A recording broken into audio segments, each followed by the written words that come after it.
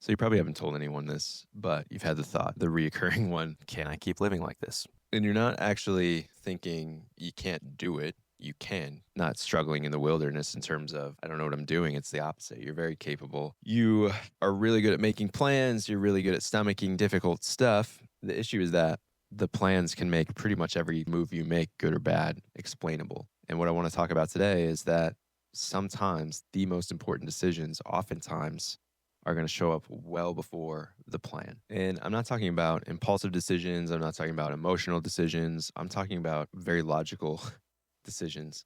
But if we keep waiting for that decision to be made after a perfect plan arrives, you might be waiting long enough to build regrets on the whole damn thing. So, in the next few minutes, I am basically going to tell you how I can make decisions with no plans that isn't a form of escape, as in, I'm not making a plan because I'm trying to get away from something, but making intuitive, conviction led decisions with no plan from a point of just, this is the truth, this is honest, this is for me. So, if we just met, welcome to the channel. Name's Colby. And to tell you kind of a quick story about an example with this so you can see exactly what I mean is I had spent 9 years building this agency, bootstrapping it from zero to, by the time I exited in 2024, we were pulling it around 2.6 million ARR.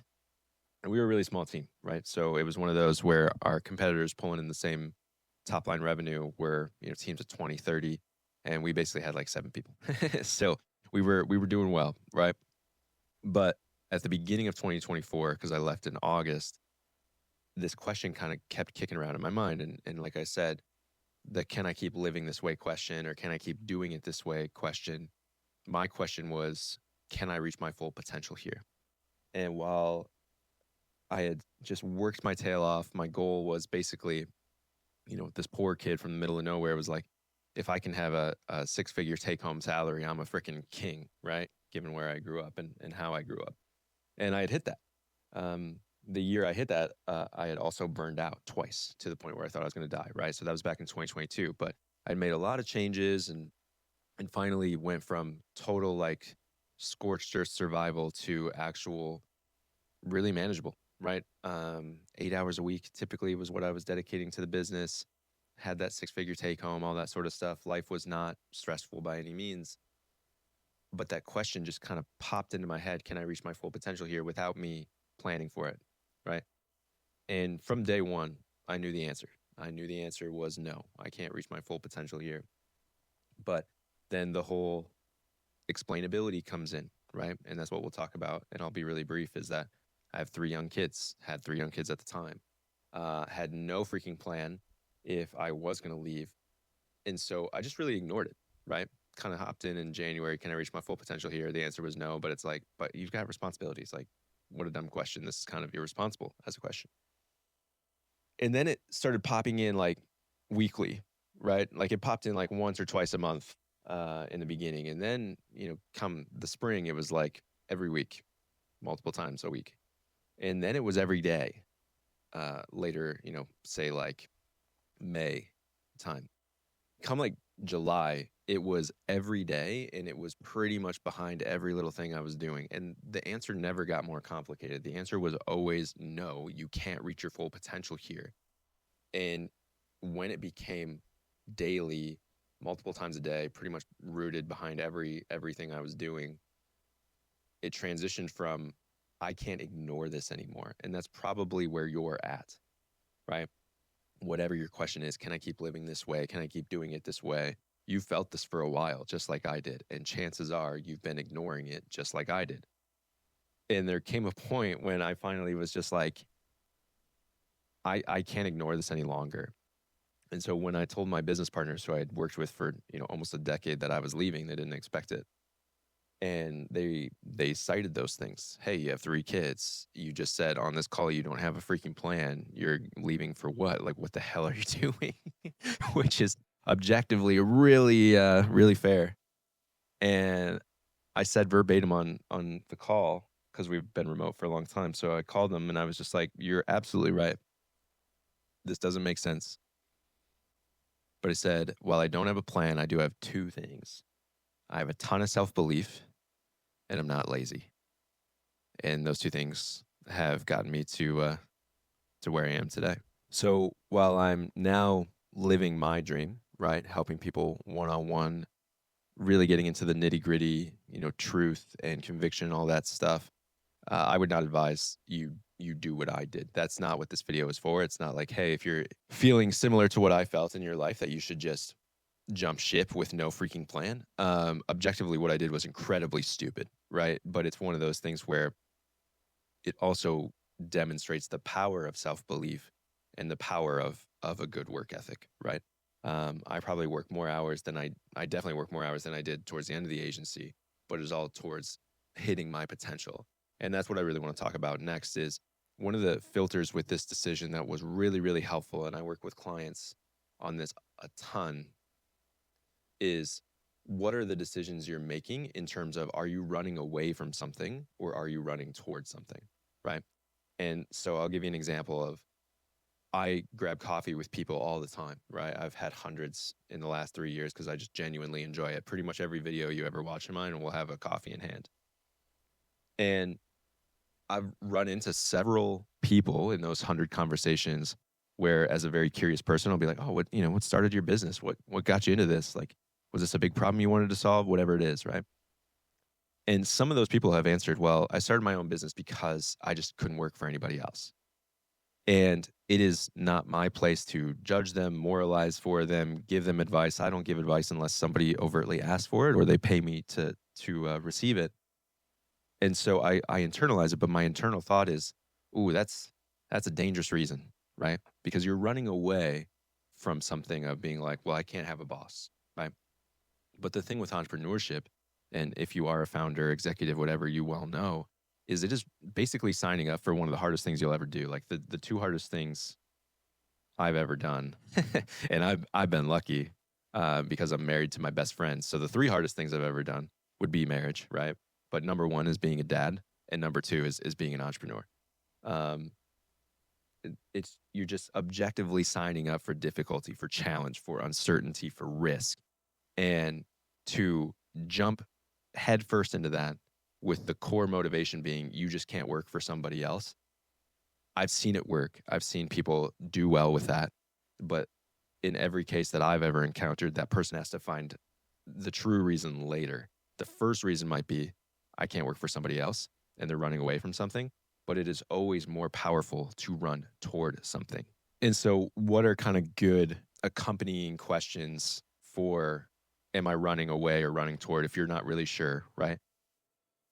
Running away, things would be like, am I seeking relief? Am I just seeking change? Am I seeking different? It's constantly through this lens of being compared to something, right? When you're running toward something, and this is what I felt in the agency, right? It was like, I have to leave because I can't ignore this anymore. I was running toward the thing I couldn't ignore. I wasn't running away from the agency.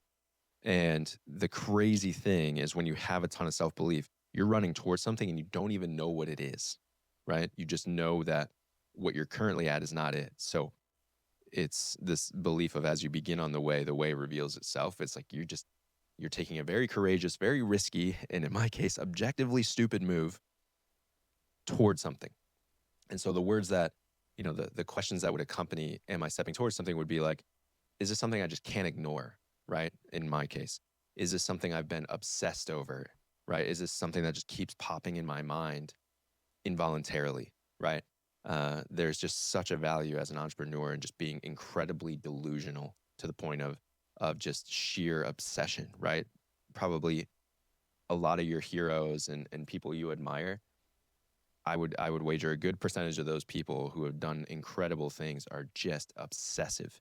Those are people running towards something, right? Think your Steve Jobs, think your Kanye West, think your Jay-Z's, your Rick Rubins. I don't know, I'm focused on music right now, right? Like, think some of my favorite authors, like they are running toward being in the room with their characters, right? They're running toward, if they're a nonfiction writer, being in the physical space when Lincoln is at Ford's Theater. You know what I mean? Like, it's just, they are running toward this, in their mind, very visceral place setting of like, I need to be in this spot.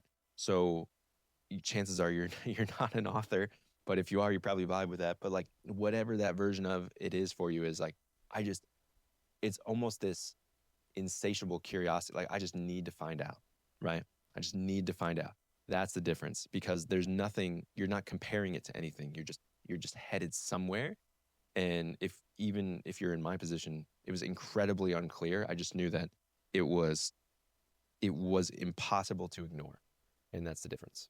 So I kind of want to talk about as you begin on the way reveals itself as well. The way this manifests for me, and this also came from speaking a lot with people, clients and coffee chats and all that sort of stuff. I'm just a very inquisitive person. I would say my number one skill is just asking questions. And there came a time where I was asking people for months in a row, just tell me about goals, right? I was just fascinated with the idea of goals.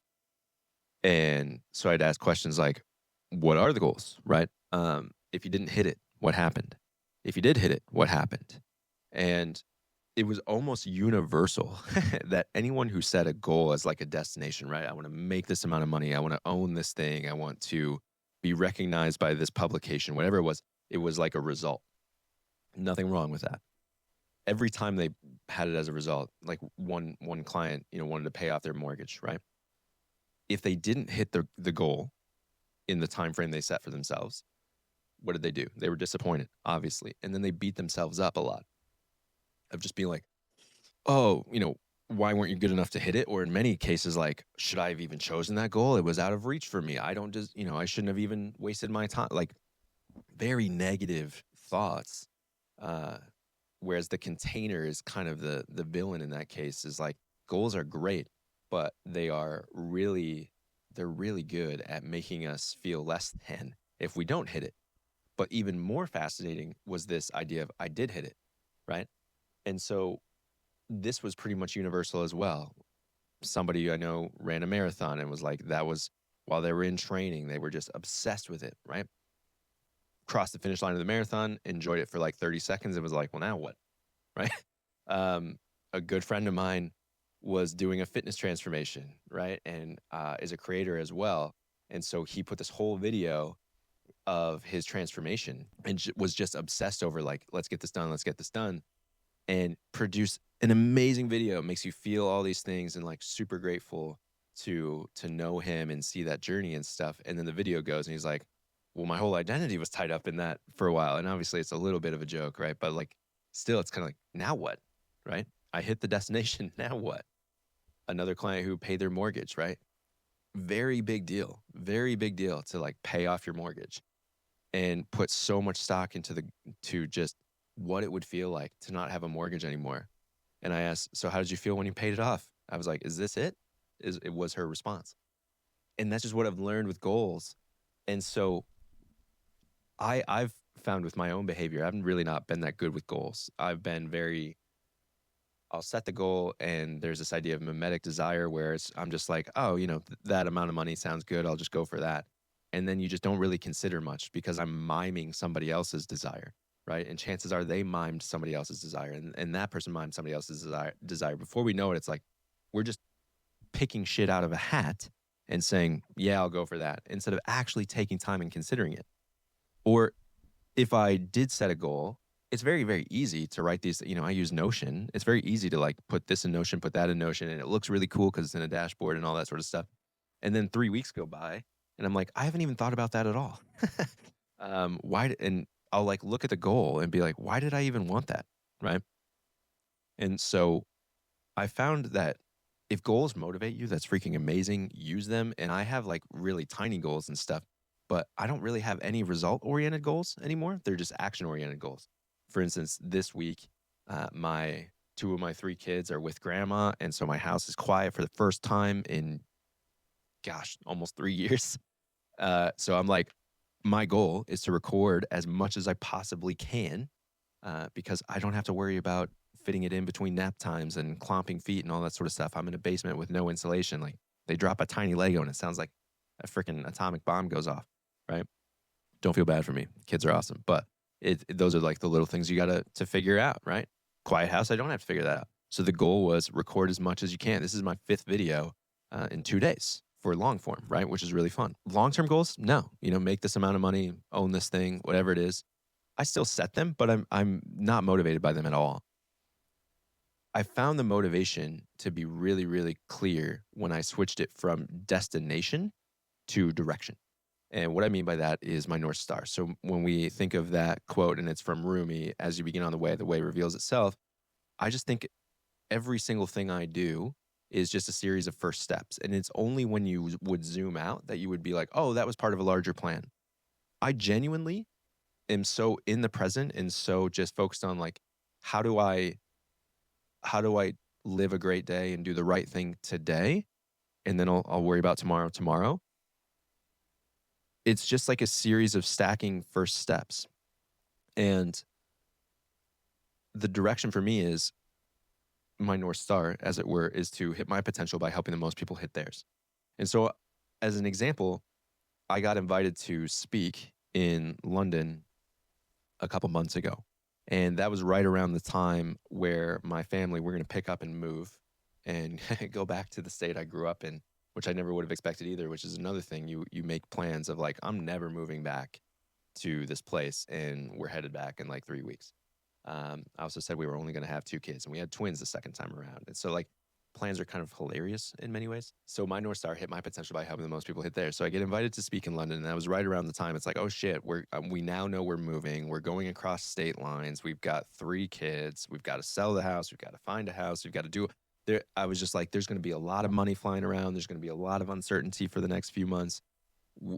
I've got a lot of brain space going to be occupied by something that normally wouldn't be occupying it. And so when I got invited, I was like, thanks, but no thanks. I've got a lot to consider. And a trip to London is not in the cards. And then as I laid down to sleep, because it was an opportunity to speak to a dozen entrepreneurs and to help them, right? So as I laid down to sleep that night after telling the organizer, no, I can't make it, I asked myself this question. I was like, you just copped out and made an excuse to not fulfill your potential on something as trivial as you're moving. It was like, if it's that easy for you to not do it for your purpose in life, your North Star, what other excuses will you make to not do it? And I just couldn't get that out of my head. And so the next day I had booked the flight, text the organizer. I'm like, never mind, I'm coming. Sorry for lying yesterday. And it was an amazing event. And it was exactly what I should have done. And I helped people, and I got to help a room of people. And it was just a clear and obvious illustration that I didn't have the full plan. Not everything is going to be tidy. You can justify 1,000 different ways to do something, but also to not do something. But when it stands up to the filter of like, what is your direction? Are you stepping toward it or away from it? In my case, it took me 36 years to understand that my mission in life, my purpose on earth, is to fulfill my potential by helping the most people hit theirs. If I would have stayed home, I would be stepping away from it. I am abandoning what I'm meant to do. By going and not letting logistics stand in the way or expense stand in the way or just inconvenience stand in the way, by going, I stepped toward it. And I have zero regrets about it. And if we can go through this whole thing, it's the same thing with the agency. Is if I would still be, nothing wrong with the agency, nothing wrong with the people there. I built the damn thing with a couple of other people. Nothing wrong with any of it. But just because the room was really good for you for a long amount of time doesn't mean that if you're set on growing, that room was always going to serve you, right? And so if you're asking the question, can I keep living this way? Can I keep doing it this way? The short answer is probably not. And if you are waiting for a tidy and convenient plan to tell you when it's okay to do it, it will be too late. This is not a fearmonger. This is not a motivation. This is like personal experience. I don't have regrets in life. Everything happens the way it's supposed to. But if I could manufacture a regret, it is that I waited an extra, that question entered my head in January and I didn't leave until August. I waited an extra 8 months for something I already knew the answer to. I didn't know the plan, but I knew the answer. And I'm just very lucky that I still am breathing and I've got, my feet on the ground and my heart's beating and all that sort of stuff. that I didn't have to pay for that 8 months severely, right? But there's no guarantee we have tomorrow. And so if you're already asking this question, the short answer is probably not. And the trade-off is, am I okay being absolutely fucking terrified of what the next thing is? And like I said, it doesn't have to be abandoning a huge salary and starting from zero like I did. Again, objectively stupid. But there is probably a micro version for you that can no longer avoid this question. So I want to help you with that, and let's wrap up this video. So I'm a big believer in identification, right? I think it just does so much. Everyone is looking to jump to the solution in almost, I don't want to put a number on it, but so many times they're jumping to the solution before they've identified the real problem. I call it surface problems versus root problems, right? Like, think of it this way: is you may be, I hear this all the time as an example, right? Somebody is maybe doing like 500K a year and they're trying to get to 1 million. And I say, oh, okay, well, what's your plan? I need more leads or whatever it is, or I need to hire somebody or X, Y, and Z. It's like, okay, how many hours a week are you working right now? Oh, about 60, 70. Cool. So we're trying to solve the problem by adding more work. You have 20 clients right now, you want 30, right? And I'm not trying to be rude to them. Like, the truth just needs to exist. If you're working 70 hours on 20 clients right now, how does adding 10 more clients solve that problem, right? You solved a revenue problem. That's a surface. You didn't solve the life problem, which is the root, right? So it's not that it's always convenient and straightforward and easy, but it is important to say, let's solve the root problem first, because and the reason I call it a root is because I equate it to being a tree. Like, if you add 10 more clients in that scenario, you're going to build the tree taller. You're going to have a really impressive tree, cast shade, looks great from the highway, fun to climb maybe, I don't know. But at some point, you're going to want to taste the fruit from that tree. And if the root is off, the fruit's going to taste off, right? And in which case, you're going to be like, wow, that's a really impressive tree that I don't freaking like, right? So identification is huge. And so I created a little GPT, literally with the only goal of like, let's identify this and get the truth front and center, because I find people, if you're still in this video, I can safely assume that you already have the answer inside your head. It's just covered under 2 inches of dirt, which is to say noise and inherited rules and comparison and people telling you how you should behave rather than how you want to behave, and like all these sorts of things. So you already have the answer inside your head. I find identification starts sweeping away the dirt. You don't need more information. You need to like go find the thing you already possess, right? So this little GPT, basically what it does is it just kind of prompts that out of you, right? You just click the thing, you get the question front and center. It brings the truth, bubbles it up to the front, and then it can more or less just kind of ask the question behind the question after that. And I have no doubt that within a few minutes, you're actually going to be like, oh, okay, it is so much more valuable to me to know that this is the thing. I'm not saying it's going to be fun. I'm not saying it's going to be easy. I do not promise comfort, but I do promise truth, right? So that's what this is for. You can find it in the description below, not gate kept or anything. Grab it and enjoy it. Hopefully it helps you. So that's it. That's really the video. What I would say is you don't need the whole plan today. You just need to stop avoiding the idea that you haven't heard the question. You've heard the question. Maybe you haven't fully identified the exact words yet. For me, it was, can you reach your full potential here? I will just tell you right now, probably the most worthwhile question in your life has no plan attached to it. And that's scary as hell. It is absolutely scary as hell. But if you are capable of asking the question, you are capable of finding the answer. All right. So the plan is not going to present itself before you actually have to start doing something with it. And the trade-off of knowing the question and doing nothing with it is kind of building a life with regrets, right? You don't want to be the person who ends up on your deathbed and says, I wish I would have had courage to live a life true to myself rather than what others expected of me. You don't want to be that person. The cool thing is you have so much evidence in your past of making really risky moves and really, objectively not smart at the time moves. That is power. That is fuel. They say genius looks really freaking stupid until it works, right? And maybe you don't strive to be a genius. I certainly don't. But I can tell you the one thing that I am not comfortable with is looking back on my life and saying, where was your courage? I think you're incredibly courageous. Just because you haven't exercised it all the time doesn't mean you're not. It just means we got to stop avoiding the question. We got to let truth be the top voice, not our imagination.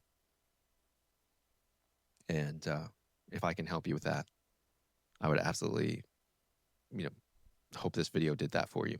And if you want a little extra help, that GPT, like I said, totally free at the bottom. And then this topic is part of a series that I love writing email. It's my favorite thing. So this is one of the emails of a series called The Curse of Knowing How to Win. I'll include that in the description below as well. So just grab your first name and email, and you can binge the whole series in minutes. It's like 10 emails that takes about 15 minutes. And I say you can either doom scroll for 15, or you can think drastically different in a way that actually turns you into your number one cheerleader, not your number one critic, and makes you the person you trust the most, which is really freaking banging. So thanks for spending so much time with me today. And yeah, grab those in the description if they'll be useful to you. And I don't know when I'll be publishing the next video, but I certainly will. And we'll see you then.